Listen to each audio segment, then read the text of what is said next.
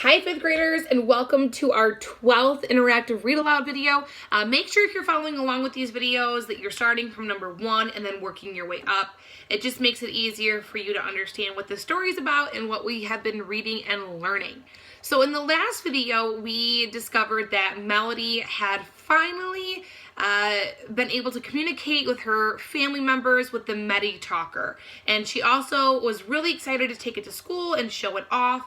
And she was comparing the Medi Talker to Rose's laptop. So we are going to start off in this chapter. It's not a very long chapter, but discussing what that experience was like once she finally took that Medi Talker to school and what it was like for her to finally communicate with her peers. So I'm going to go ahead and start reading this, and hopefully you guys enjoy as much as I do. Here we go. Chapter 16. I wait until after the holiday break to take the machine into school. I have practiced with Mrs. V every single day of Christmas vacation, learning how to push the right buttons, how to switch smoothly from one level to another, how to make contractions.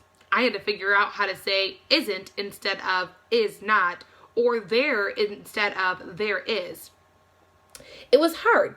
I kept messing up, but Mrs. V wouldn't let me quit. I didn't want to. So on that first Monday back, Elvira is the star of the day, making me the center of attention, and not because of something embarrassing I did, like throwing up or spilling my food, but for something really cool instead. Unbelievable. Even the teachers seemed impressed. Watch out, world, Mrs. Shannon announced. Mrs. Shannon announces when she sees me in the hallway. Melody is ready to rock, y'all. I grin, push a button, and a song from the latest teen musical begins to play.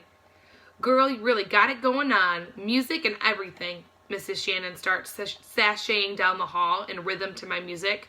I crack up. In room H5, Maria is glued to me all morning.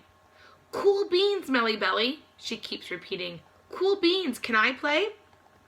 She wants to touch the glowing lights and shiny buttons, but Mrs. Shannon steps in and distracts her with a new computer game she's loaded on the classroom machine.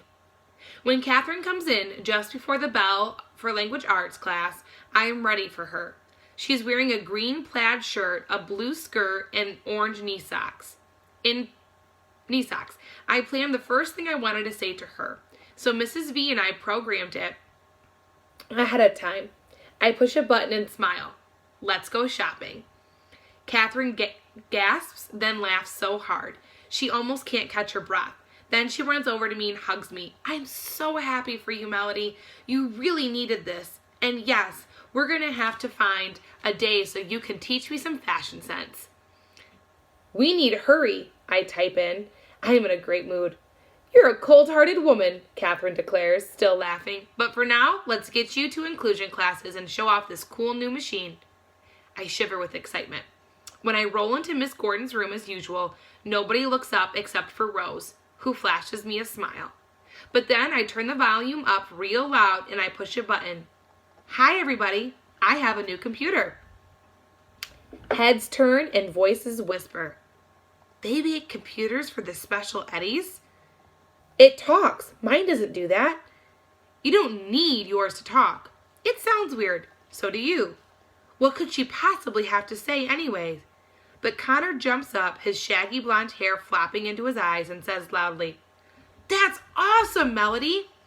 And because he's one of the popular kids and probably the biggest and tallest kid in the 5th grade, I think because he gives his okay, the rest of the students decide to leave it alone.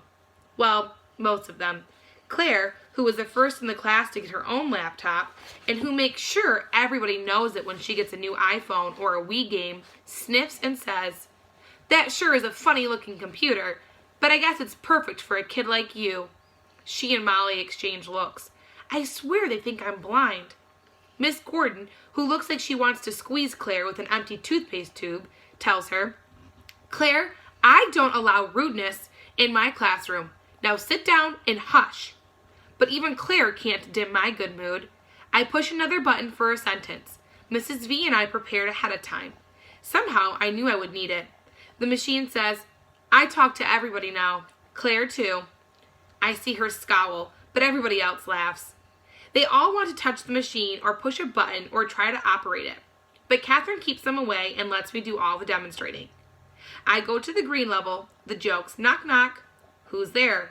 Several people reply together. Isabel, the Medi talker says.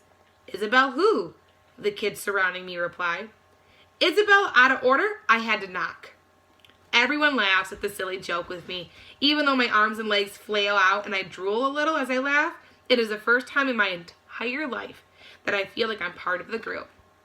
I wish I could click a save button so I could play this moment over and over and over again.